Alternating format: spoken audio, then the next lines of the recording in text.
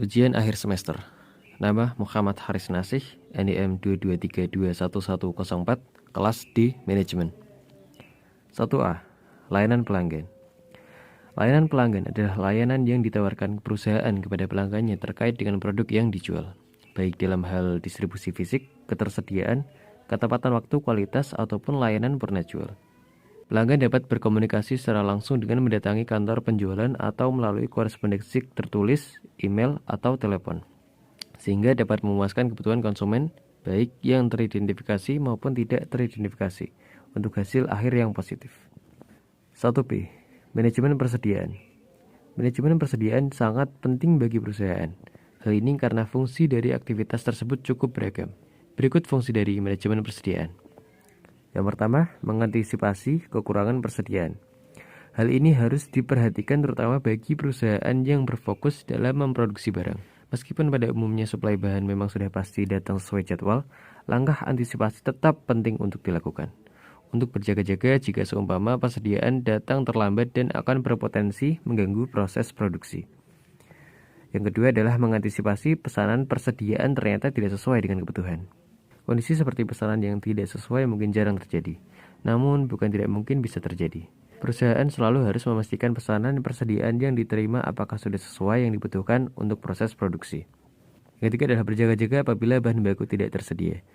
Fungsi utama dilakukan manajemen persediaan adalah untuk memastikan persediaan bahan selalu tersedia. Langkah ini untuk mengantisipasi jikalau bahan yang biasa digunakan tidak ditemukan di pasaran, bisa karena stok habis atau hal yang lain. Dan yang keempat adalah menjamin lancarnya proses produksi, terutama bagi perusahaan yang berfokus dalam memproduksi barang. Proses produksi harus dipastikan tetap berjalan. Hal ini dilakukan supaya tetap bisa meraih keuntungan dan menyediakan kebutuhan bagi konsumen. Oleh karena itu, inventory manajemen ini sangat penting demi menjaga persediaan supaya tetap bisa produksi. 1C. Pengadaan bahan baku. Sistem yang membentuk tata cara pembelian bahan baku dalam perusahaan ini adalah sebagai berikut. Yang pertama adalah prosedur permintaan pembelian bahan baku. Hal pertama, dalam tata cara permintaan pembelian bahan baku, bagian gudang akan mengajukan permintaan pembelian kepada bagian pembelian berupa surat permintaan bahan baku kepada bagian pembelian. Yang kedua adalah prosedur pemilihan pemasok dan penetapan harga. Dalam hal ini, bagian purchasing akan segera mengirimkan surat penawaran kepada supplier untuk mendapatkan informasi harga, kualitas barang, dan syarat yang harus dipenuhi.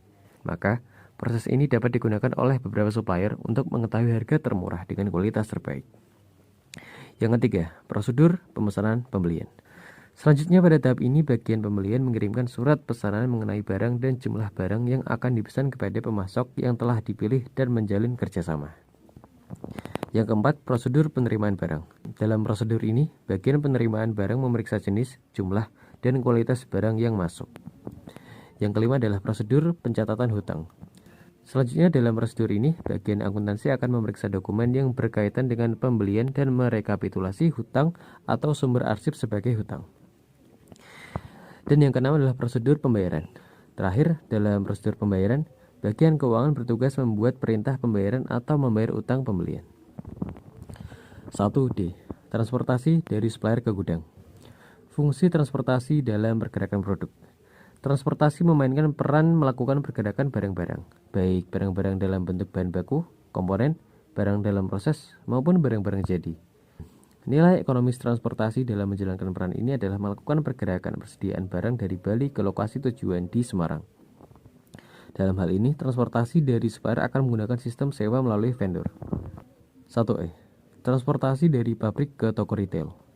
Akan menggunakan mobil box dengan harapan dapat memasok selimut dengan aman. 1F. Lokasi dan layout gudang bahan baku. Dalam tata letak gudang, hal-hal yang akan saya perhatikan adalah 1. Luas gudang. Luas gudang merupakan prioritas utama yang perlu dipertimbangkan khususnya kalau kita sudah memiliki ruangan yang dipergunakan untuk gudang. Yang kedua, barang yang disimpan. Yang ketiga, tinggi gudang. Yang keempat, sarana dan fasilitas gudang. Yang kelima, lokasi gudang. 1G. Lokasi dan layout gudang barang jadi. Lokasi gudang barang jadi menjadi satu lokasi dengan gudang bahan baku, di mana hal ini untuk efisiensi dan efektivitas dalam pengelolaan barang. 1H. MHE atau Material Handling Equipment di gudang. adalah peralatan yang digunakan untuk memindahkan muatan berat dari tempat ke tempat lain dalam jarak yang tidak jauh. Misalnya pada bagian atau departemen pabrik, pada tempat-tempat penumpukan bahan, lokasi konstruksi, tempat penyimpanan, dan pembongkaran muatan. Peralatan ini digunakan untuk membantu percepatan dalam pemindahan barang di gudang. 1I.